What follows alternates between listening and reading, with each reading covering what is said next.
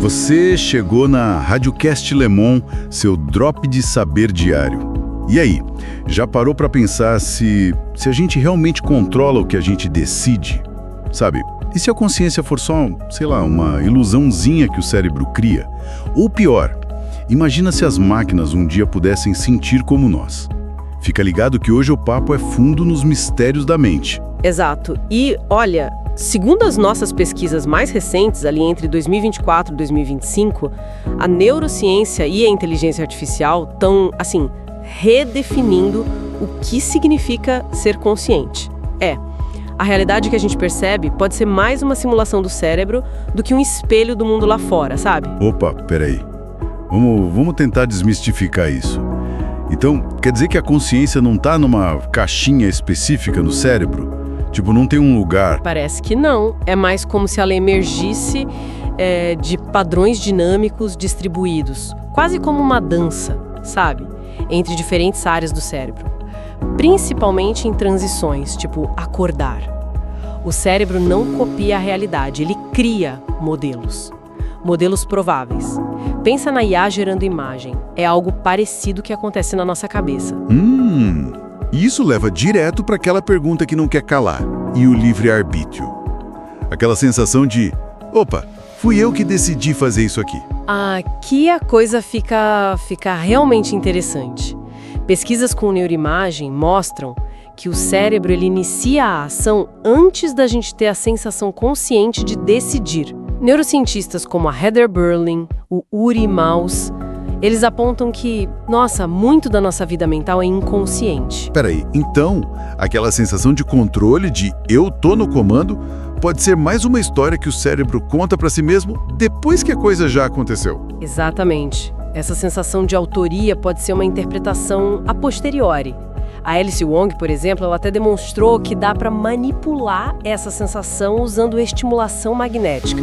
É quase como o cérebro narrando os fatos para fazer sentido. Caramba, isso me lembra um pouco, sei lá, sonambulismo. A pessoa faz um monte de coisa complexa, mas não parece estar consciente daquilo, né? Precisamente.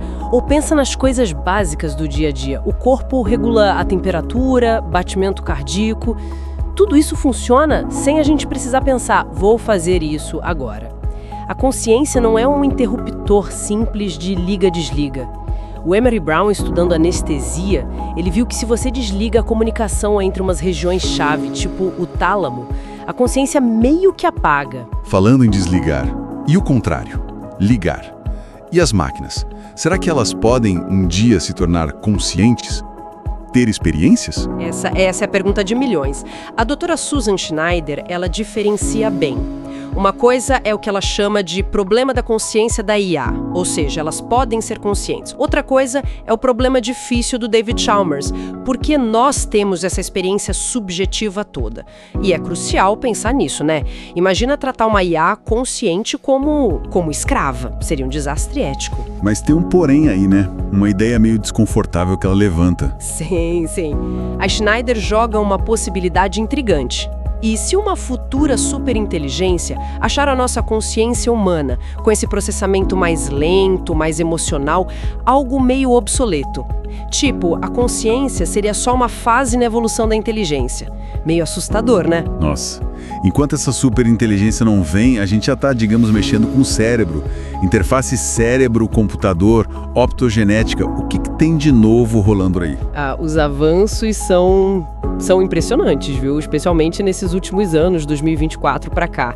As BCIs, as interfaces cérebro-computador, estão conseguindo restaurar movimento com um sucesso cada vez maior. Tipo, até 85% de acerto em casos invasivos, muitas vezes com a ajuda de IA. Uau. E a optogenética, que usa luz para controlar neurônios específicos, já está ajudando a melhorar a visão em pacientes e, promete poder modular o humor, talvez até a consciência. A gente está aprendendo a conversar direto com os circuitos do cérebro. Isso abre portas incríveis para cura, para tanta coisa, mas também acende um alerta, né? E a ética no meio disso tudo? Com certeza, as preocupações são bem sérias. Privacidade mental, imagina poderem ler pensamentos. manipulação da identidade e, se der para mudar quem você é com um estímulo no cérebro. Desigualdade cognitiva, quem vai poder pagar por um implante de memória? E até definir o que são neurodados. Não é à toa que lá na União Europeia já estão discutindo um direito a silêncio mental. Com essa história toda, como é que fica a ideia do nosso eu? Somos uma coisa só unificada ou mais um monte de coisa acontecendo junto? Olha, estudos clássicos, tipo os do Michael Gazzaniga, Michael Miller, com pacientes de cérebro dividido, sabe? Quando cortam a comunicação entre os hemisférios. Eles sugerem que essa unidade do eu é mais uma ilusão, uma construção. Somos uma rede gigantesca, quase 90 bilhões de neurônios. E fatores inconscientes, emoções, como o Luke Chang mostra, ou até traumas que podem ser herdados, segundo a Bianca Jones Marlin, tudo isso molda quem a gente é. O caso do Phineas Gage é um exemplo clássico, né? Uma lesão e a personalidade mudou completamente. Mas tem algum lado bom em perder o controle consciente? De vez em quando? Curiosamente, parece que sim. O Charles Lim, ele estudou o cérebro de rappers, improvisando, no freestyle. E ele viu que eles meio que desligavam áreas do córtex pré-frontal, ligadas ao autocontrole, ao planejamento. Às vezes, soltar um pouco as rédeas da consciência destrava a criatividade. O famoso estado de flow.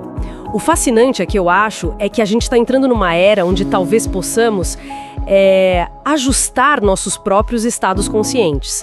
Mas isso exige uma responsabilidade enorme, né? E um debate ético urgente e profundo. Exato.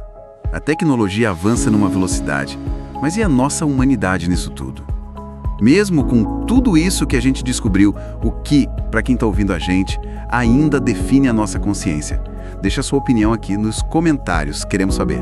Galera, muitíssimo obrigado pela atenção. Se curtiram essa nossa viagem pela mente, não esquece, hein? Se inscreve no canal, fortalece a gente, deixa aquele like esperto. Comenta aí embaixo o que achou, o que mais te intrigou e pode sugerir temas pra gente investigar. Ativa o sininho para não perder nenhum drop de saber fresquinho. E claro, compartilha com geral. Manda para aquele amigo, pra família. Até a próxima, RádioCasters.